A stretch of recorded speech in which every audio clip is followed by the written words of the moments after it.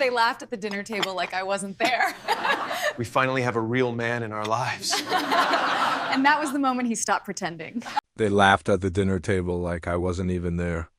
We finally have a real man in our lives, my wife said, lifting her glass. My stepdaughter giggled, nodding in agreement, her eyes bright with the kind of excitement people get when they think they've upgraded their lives. They were talking about him? Her lover? The man who drove a nicer car, wore sharper suits, and only showed up when life was convenient. I didn't react. I didn't argue. I didn't ask questions. I simply nodded, stood up, and cleared the plates I had spent 4 hours preparing. Pot roast, mashed potatoes, roasted vegetables, her favorites. The food scraped into the trash sounded louder than it should have. They didn't notice. They were too busy laughing. That was the moment I stopped pretending. I had known about the affair for 7 months. The texts that stopped the moment I entered the room. The unexplained hotel charges. The sudden contempt in her voice whenever I talked about my job. I worked long hours as a manufacturing supervisor, a job that keeps factories running but doesn't impress people who value titles more than effort. I stayed silent because I was preparing. 3 days later, they came home to an empty house.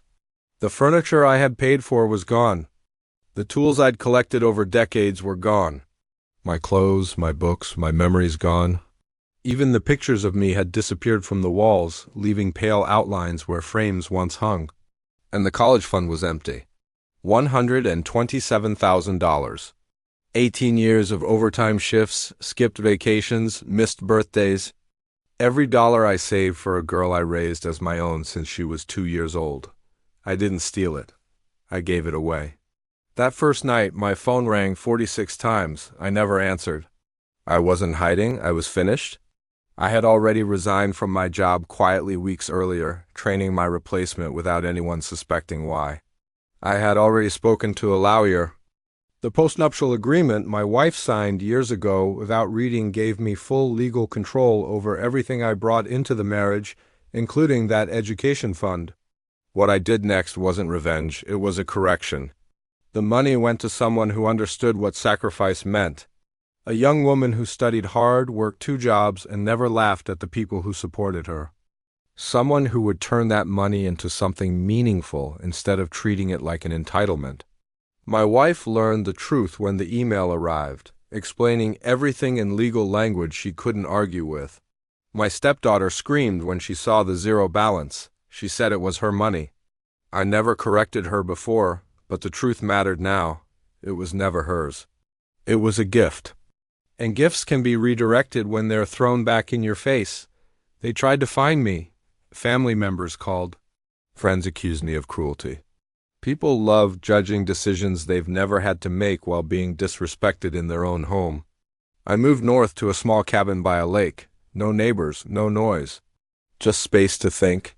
For the first time in years, I slept through the night. Weeks passed. Then months.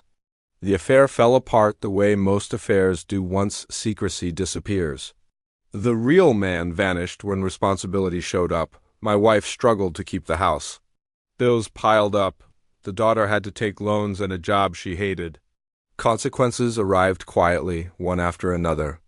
One afternoon, I received a letter forwarded from my old address. No accusations. No demands. Just a single line written in shaky handwriting. I didn't know what respect was until you left. I folded the letter and put it away.